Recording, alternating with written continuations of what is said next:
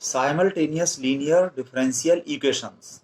Simultaneous linear ordinary differential equations have two or more dependent variables and single independent variable.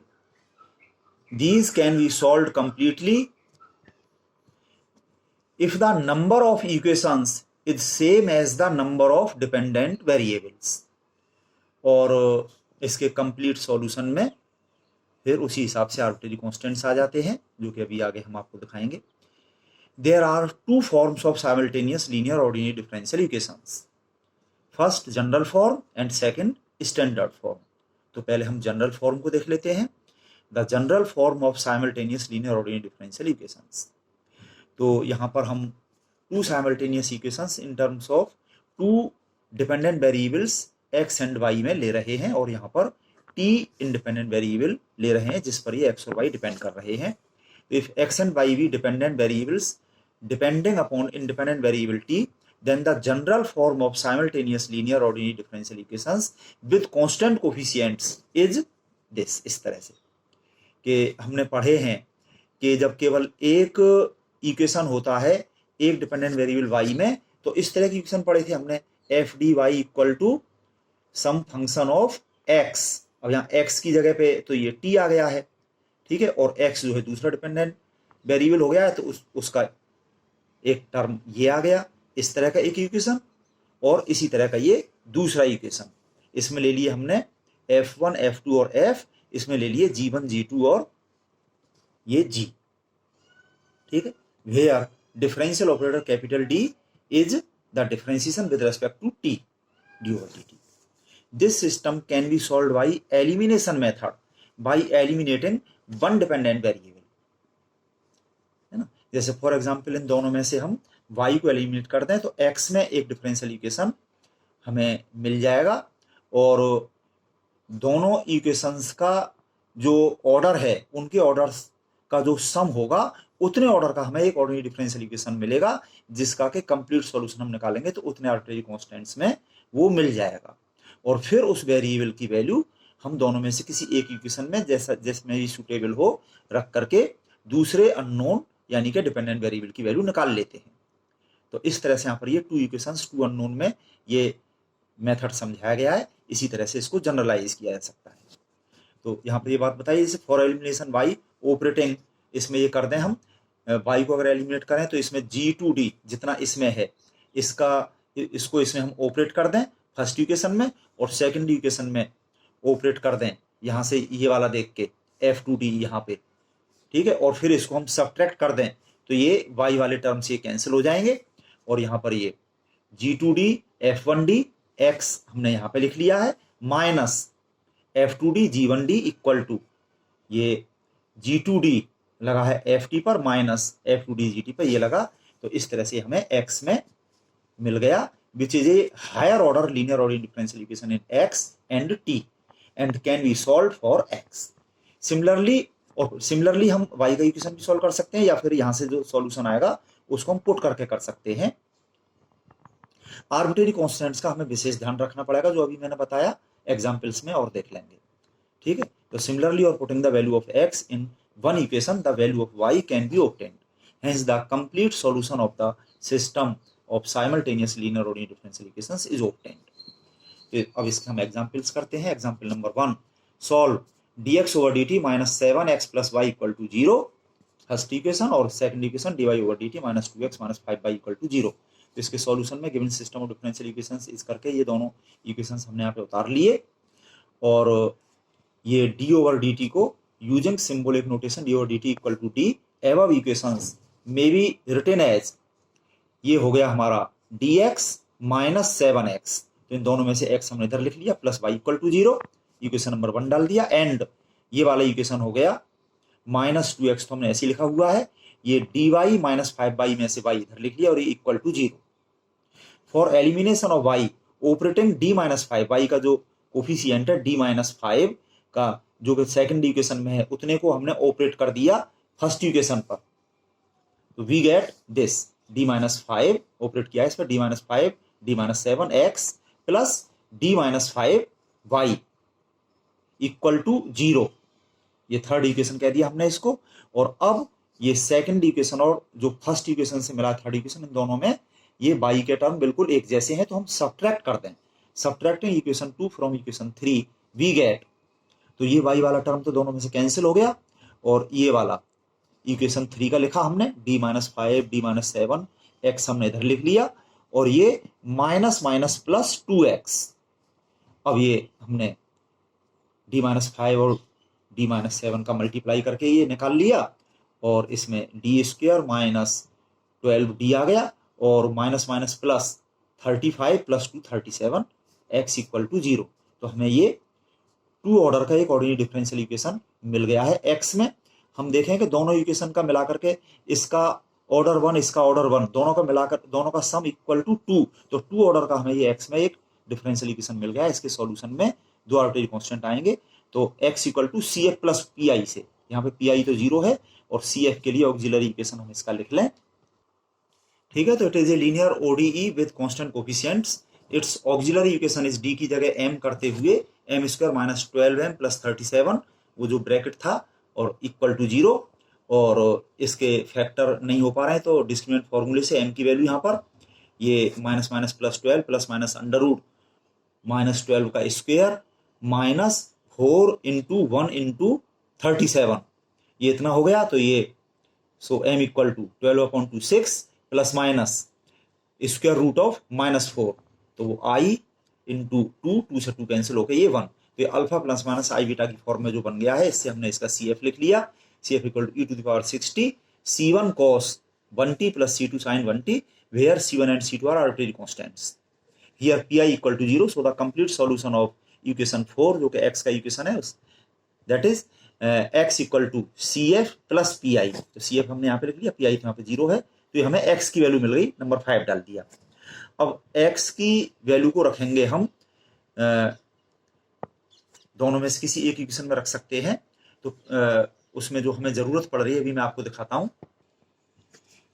इस equation 1 में रखना चाह रहे हैं हम, तो ये है dx माइनस 7x, ठीक है, प्लस y इक्वल टू 0, तो इससे y की वैल्यू मिल जाएगी हमें, y इक्वल टू ये इधर जाएगा 7x माइनस dx, तो जो x की वैल्यू आई है उसमें 7 इंटू एक्स तो कर ही देंगे, और dx के लिए उसको हम डिफरेंशिएट कर रहे हैं और इसमें इक्वेशन 1 में रख देंगे, तो इससे हमको y की वैल्यू मिल जाएगी, क्योंकि 2 आर्बिट्रेरी कांस्टेंट मिल ही चुके हैं।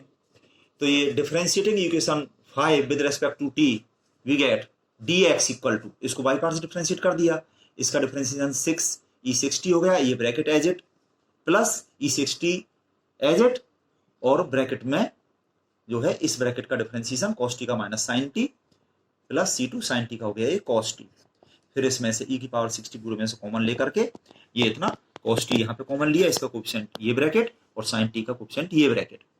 फ्रॉम इक्वेशन 1 जो अभी मैंने आपको दिखाया था, ये है y equal to minus this, यानी कि ये minus minus plus 7x minus dx, इस पे इक्वेशन हम 7 डाल दिया, और putting the value of x from 5, यहां से तो x की वैल्यू रख दें हम, एंड dx फ्रॉम 7, dx की वैल्यू यहां पर रखेंगे हम, यहां से 6 से in 7 we get this y equal to 7 into x, ये इसमें 7 का मल्टीप्लाई करके हमने लिख दिया, और माइनस dx, इसको माइनस कर दिया, और इन दोनों में से ही e⁻60 कॉमन ले लिया, बाकी ये सारा ब्रैकेट में लिखा हुआ है, और इसको सिंप्लीफाई करके ये आ गया हमारा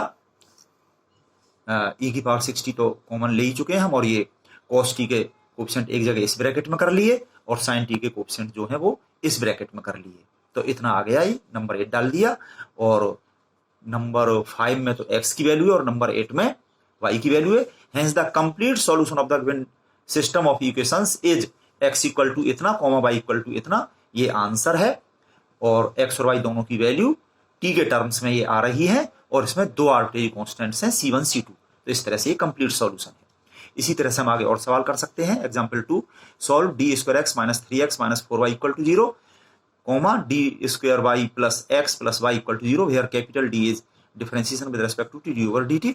तो एग्जांपल 1 की तरह से इसको हम कर सकते हैं, इसमें भी y का एलिमिनेशन करके किया है, यहाँ पर आप ये देख लीजिए, ये 2 ऑर्डर इसका है और 2 ऑर्डर इसका है, तो दोनों का सम मिला करके 2 + 2 4 आर्बिट्रेरी कांस्टेंट्स में कंप्लीट सॉल्यूशन आएगा। वो पूरा कुल मिला के x और y दोनों की वैल्यूज में कुल मिला करके 4 आर्बिट्रेरी कॉन्स्टेंट्स आने चाहिए। तो देखिए इसको जो है y के एलिमिनेशन के लिए हमने ये ऑपरेटर y का जो कोफिशिएंट है यहाँ पर इसका मल्टीप्लिकेशन 1 में किया है और 2 में मल्टीप्लिकेशन 4 का कर दिया, क्योंकि यहाँ पे ये 4 है तो इसमें ये 4 का, और फिर ये माइनस a प्लस ऐड करके ये हमें इतना मिल गया। और फिर इसमें ये x में इक्वेशन ये हमें मिल गया 4 ऑर्डर का, ठीक है। ये डी स्क्वायर माइनस 1 का whole square x equal to 0 आ गया। इसमें भी CF हम निकालेंगे, 4 आर्बिट्रेरी कॉन्स्टेंट्स में आ जाएगा और PI इसका 0, तो x equal to CF plus PI ये हो जाएगा। तो ऑक्सिलरी इक्वेशन m में m की ये 4 वैल्यूज आ गई, इससे ये रिपीटेड वैल्यूज हैं, ये हमने CF लिख लिया 4 arbitrary constant C1 C2 C3 C4 में, और PI यहाँ पे 0 है, x equal to CF plus PI ये आ गया। और फिर इसकी वैल्यू हम रखेंगे दोनों में किसी इक्वेशन में, इसके लिए इसको 2 बार डिफरेंशिएट कर दिया, तो इसका D square x equal to ये इस तरह से आ जाएगा, बाई पार्ट्स डिफरेंशिएट कर लेंगे, ये आ गया है हमारा। और putting this value of x and D square x, ये हमने एक्स और डी स्क्वायर एक्स दोनों की वैल्यू यहाँ से 6 और 7 से इक्वेशन 1 में रख दी, तो इससे 4y इक्वल टू बाकी टर्म से साइड में पहुंचा करके ये हमने यहाँ पे वैल्यू रख दी x और डी स्क्वायर एक्स की, तो 4y की वैल्यू ये आ गई। इसमें हम जो है 2 से डिवाइड कर सकते हैं, तो 2y की वैल्यू आ जाएगी। तो ये इसी तरह की जैसी के x की वैल्यू तो इसी टाइप की होगी, hence the complete solution is x equal to ये वैल्यू जो हमने निकाली थी वो, और इसी टाइप की ये y की वैल्यू है, y equal to this upon 2 हम समझ सकते हैं, या फिर इधर ही लिखा रहने दें कोई बात नहीं। तो इसमें भी ये ब्रैकेट में ये आर्बिट्रेरी कॉन्स्टेंट्स C1 C2 और यहाँ पर ये लीनियर आ रहा है, टी भी आ रहा है इसमें, और इसी तरह का इसमें आर्बिट्रेरी कॉन्स्टेंट्स और ये टी के साथ में ये बिल्कुल इसी तरह से कुल मिला के दोनों में C1 से लेकर C4 तक ये 4 आर्बिट्रेरी कॉन्स्टेंट्स हैं, और ये मिलती जुलती सी जो वैल्यूज हैं इसमें x और y की। तो हम ये देख सकते हैं कि अगर हम पहले y की वैल्यू निकालते तो y की वैल्यू इस तरह की आती और x की फिर कुछ मिक्स होकर के इस तरह की आती, क्योंकि आर्बिट्रेरी कांस्टेंट तो हमारी मर्जी पे है, हम कुछ भी ले सकते हैं। तो इस तरह से ये आंसर, इसी तरह से आप और सवाल कर सकते हैं। नेक्स्ट एग्जांपल 3 में इस साइड में 0 नहीं है, तो जैसा कि हमने पिछले सवाल किए एलिमिनेशन किसी एक वेरिएबल का कर देंगे, तो दूसरे वेरिएबल में हमको जो इक्वेशन मिलेगा उसका सॉल्यूशन CF प्लस PI, यहाँ पे PI भी निकालना पड़ेगा जो कि आप जानते हैं, इसी तरह से कर लेना। एग्जाम्पल 4 में भी हमें PI निकालना पड़ेगा, यहाँ पे भी देखिए, और मैं आपको बता सकता हूं कि इसमें ये ऑर्डर 1 1, तो 2 आर्बिट्रेरी कांस्टेंट C1 C2 में x और y दोनों की वैल्यूज आ जाएंगी।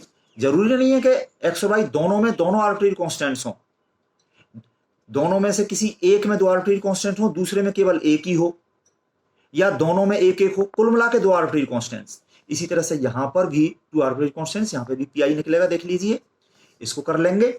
और इसी तरह से नेक्स्ट एग्जांपल 5, ये 2 ऑर्डर का और ये भी 2 ऑर्डर का, तो यहाँ पर 4 आर्बिट्रेरी कांस्टेंट्स आ जाएंगे। एलिमिनेशन दोनों में से किसी का भी कर लें, यहाँ पर एक सिमेट्री बनती हुई दिख रही है हमें, इजी है ये। नेक्स्ट एग्जांपल 6, यहाँ पे ये थोड़ा सा अलग है, ये अपॉन टी जो आ रहा है, तो इस टी का हम इसमें मल्टीप्लाई कर देंगे, तो ये TDX जो हो जाएगा। तो यहाँ पे हमने हिंट दी है कि t इक्वल टू e⁻z, एक नया वेरिएबल z हमने ले लिया, और फिर जब ये z के टर्म से बनेगा तो z के रेस्पेक्ट डिफरेंशियल ऑपरेटर को d डैश से डिनोट कर देंगे। तो इससे यहाँ पर ये कुछ इस तरह का बन जाएगा, ये t इंटू dx जो आएगा, ये t इंटू dx ये हो जाएगा d डैश x, इस तरह का आप इसमें बना लोगे, यहाँ भी ऐसे ही बन जाएगा। और फिर जैसे पिछले सवाल किए उसी तरह से इसको कर लेंगे, और ये z के टर्म्स में आएगा तो फिर z equal to log t, यहाँ पे हम वैल्यू रख देंगे। नेक्स्ट एग्जांपल 7, इसमें लग तो ये ऐसा ही रहा है, पर ये सिंपल सा यहाँ पर एक लीनियर इक्वेशन बन रहा है। देखिए ये x में, इससे x की वैल्यू आ जाएगी और उस वैल्यू को यहाँ पे रख देंगे, तो ये सिंपल तरीके से हो जाएगा। नेक्स्ट एग्जांपल 8, इसमें ये हमने 3 इक्वेशंस ले लिए और 3 dependent variables x y z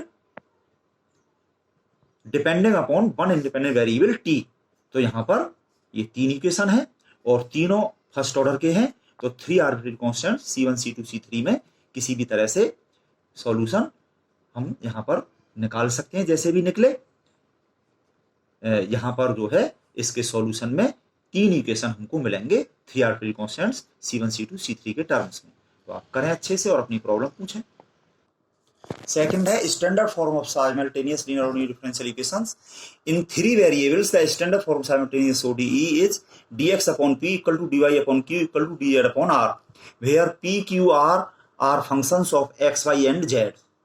तो पिछले वाले से अगर इसको हम समझें तो जैसे कि यहाँ पर x और y दो डिपेंडेंट वेरिएबल z पे डिपेंड करने वाले हम बना दें तो ये उस तरह का बन जाएगा। यहाँ पर ये जैसे कि एक इक्वेशन ये हो गया और दूसरा इक्वेशन ये हो गया, जितने इक्वल के साइन होते हैं उतने इक्वेशन होते हैं, कुल मिला के दोनों का मतलब एक ही है।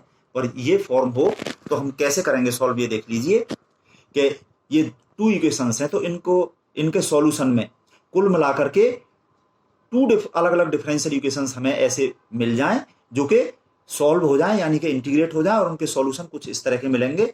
जैसे कि सॉल्व करके ये u1 a function of x, y, z equal to arbitrary constant C1 and दूसरा u2 a function of x, y, z equal to arbitrary constant C2, इस तरह से ये हमें मिल जाए तो दोनों को एक साथ लिख करके ये कंप्लीट सॉल्यूशन, या फिर हम ऐसे भी लिख सकते हैं ये आर्बिट्रेरी फंक्शन फाई और ब्रैकेट में ये u1, u2 इक्वल टू 0, ये जनरल सॉल्यूशन होता है। वैसे हम कंप्लीट सॉल्यूशन ही लिखेंगे इस तरह से, पर लिखना चाहें तो इस तरह से जनरल सॉल्यूशन भी लिख सकते हैं। तो इसको इस तरह की इक्वेशंस को सॉल्व करने के ये 3 मेथड्स हैं। यहाँ पर ग्रुपिंग मेथड, ये कि इसमें से कोई से 2 मेंबर यानी कि 2 फ्रैक्शंस हम सुटेबली ले करके उसमें देखें कि अगर जैसे कि फॉर एग्जांपल ये dx वाला ये ले लें तो इनमें अगर z नहीं आ रहा है तो ये सॉल्व हो जाएगा। ठीक है, इस तरह से सॉल्व कर सकते हैं, ये ग्रुपिंग मेथड है। दूसरा मल्टीप्लायर्स मेथड, इसमें देखिए ये इक्वेशंस हमने यहाँ पे लिख लिए हैं और इसमें ऊपर नीचे हमने l का मल्टीप्लाई किया, इसमें m का और इसमें n का, और ऊपर ऐड कर दिए नीचे ऐड कर दिए तो ये चीज आ गई। तो अगर ये चीज अपॉन वाली इक्वल टू 0 हो जाए तो हमें इक्वेशन मिल जाएगा दिस इक्वल टू 0, क्योंकि इस 0 को इधर जैसे हमने इसमें मल्टीप्लाई कर इधर ले गए तो दिस इक्वल टू 0, इससे हमें ये एक डिफरेंशियल इक्वेशन मिल जाएगा जिसे हम सॉल्व कर सकते हैं। या फिर इसका ये डिफरेंशियल हो कुछ कांस्टेंट के मल्टीप्लिकेशन के साथ में तो हम उसको इंटीग्रेट कर सकते हैं यानी सॉल्व कर सकते हैं। ठीक है, और थर्ड है कंबाइंड मेथड, जिसमें कि एक सॉल्यूशन हमें इससे मिल जाए और एक सॉल्यूशन हमें इससे मिल जाए। और नोट में हमने ये लिखा है कि ऑलवेज रिमेंबर दैट सब्स्टिट्यूशंस में be needed in any method, किसी भी मेथड में जो सब्स्टिट्यूशन की तो जरूरत हमें कहीं भी पड़ी सकती है वो हम देखेंगे। फॉर एग्जांपल ग्रुपिंग में एक इससे ग्रुपिंग से आ जाए और दूसरा ग्रुपिंग से नहीं आए, पहले वाले सॉल्यूशन में से कुछ हमें पुट करना पड़े या कुछ और चीज पुट करनी पड़ी इनमें कैलकुलेशन के लिए, वो चीज हम देख सकते हैं। जो अलग अलग हमें इक्वेशंस के सॉल्यूशन चाहिए तो उसके लिए हमें देखना होता है। Example 9, solve this system x dx upon y square z equal to dy upon x square z equal to dz upon y square. इसके सॉल्यूशन में गिवन सिस्टम को हमने यहाँ पे ये लिख लिया और इसमें ये फर्स्ट 2 फ्रैक्शंस जब हम यहाँ पे ले रहे हैं इसको छोड़ दिया, इतने हमने ले लिए तो इसमें से हम देख रहे हैं कि z कैंसिल हो गया और ये केवल x और y में डिफरेंशियल इक्वेशन इस तरह का जो हमें मिल गया, इसमें वेरिएबल सेपरेट हो रहे हैं और इसका इजीली इंटीग्रेशन हो गया। x³ equal to y³ arbitrary constant भी हमने C1/3 ले लिया और फिर इसमें 3 का मल्टीप्लाई करके ये एक सॉल्यूशन जो कि u1 इक्वल टू C1 ये आ गया। Again taking first and third fraction, ये सेकंड को छोड़ दिया, ये हमने ले लिया तो इसमें जो है y² कैंसिल हो रहा है, ये x और z में एक डिफरेंशियल इक्वेशन मिल गया। इस इक्वेशन को मैं आप आगे लिखा हुआ दिखा रहा हूं आपको, ये लिखा है इसमें वेरिएबल सेपरेट हो गए, x के एक तरफ z के एक तरफ इंटीग्रेट कर दिया और आर्बिट्रेरी कांस्टेंट C2/2 ले लिया, 2 का मल्टीप्लाई करके दूसरा सॉल्यूशन ये मिल गया u2 equal to C2। Hence the complete solution of given system of equations is, दोनों को एक साथ लिख दिया, x³ - y³ equal to C1, x² - z² equal to C2, ये इसका answer. Example 10, solve this system given system of differential equations, इसको हमने यहाँ पे लिख लिया dx upon y equal to dy upon x equal to dz upon z। Taking first 2 fractions, ये x और y में एक डिफरेंशियल इक्वेशन है जिसमें वेरिएबल सेपरेट हो रहे हैं, इंटीग्रेट करके इसका सॉल्यूशन आ गया। Again taking second and third fractions, ये सेकंड और थर्ड फ्रैक्शन जब हमने लिए तो इसमें ये जो आ रहा है ये dy और dz यानी केवल y और z में होना चाहिए, जबकि इसमें x आ रहा है, तो हमें x की वैल्यू रखनी पड़ेगी इसमें। जो फर्स्ट सॉल्यूशन हमने यहाँ जो निकाला है, इससे x square equal to y square plus C one, तो x equal to under root y square plus C one, ये हमने रख दिया, तो ये वाई और जेड में इक्वेशन आ गया, और इसको इंटीग्रेट करके ये सॉल्यूशन हमने निकाल लिया। या फिर हम ऐसा कर सकते थे, इसमें ये सेकंड और थर्ड फ्रैक्शन की बजाय अगर फर्स्ट और थर्ड लेते तो ये एक्स और जेड में इक्वेशन बनना चाहिए, जबकि इसमें वाई आ रहा है तो यहां से वाई की वैल्यू रखनी पड़ती। कुल मिला के सब्स्टिट्यूशन हमें यहाँ पर करना पड़ेगा, और फिर ये इंटीग्रेशन हो गया, और होने के बाद में फिर इसमें वापस हम ये वैल्यू रख दें, यानी कि C1 की वैल्यू इसमें हमें रखनी पड़ेगी। कुल मिला के ये अंडर रूट इतना जो था, इसकी जगह पे ये x आ गया, और ये लॉग प्रॉपर्टी वगैरह ये यूज करके सिंप्लीफाई करके दूसरा सॉल्यूशन ये आ गया। दोनों को मिला के एक साथ लिख दिया, ये complete solution. Example 11, solve dx upon 1 equal to dy upon 3 equal to dz upon 5z plus 10y minus 3x। इसमें भी यही होगा, इनको लेकर के ये इजीली सॉल्व हो रहा है xy में, पर जब दूसरे सॉल्यूशन के लिए हमें ये तो लेना ही पड़ेगा, इसके साथ भले ही हम इसको लें या इसको लें, किसी को भी लें। यहाँ ये ब्रैकेट में जो है, जैसे फॉर एग्जाम्पल हमने ये ले लिया, तो ये एक्स और जेड में बनना चाहिए, जबकि इसमें वाई भी आ रहा है, तो ये वाई की वैल्यू ये पहला वाला इसका जो सॉल्यूशन निकाला है वहां से हमें रखनी पड़ेगी, और वो y माइनस 3x एक कांस्टेंट की तरह से यहाँ पे ये रख जाएगा, तो आप इसको कर सकते हैं। Example 12, solve a dx upon b minus C bracket में into y z equal to, इसी तरह की सिमेट्री के ये दो मेंबर्स इसमें और हैं, यानी कि ये fractions. Solution given system of differential equation is this.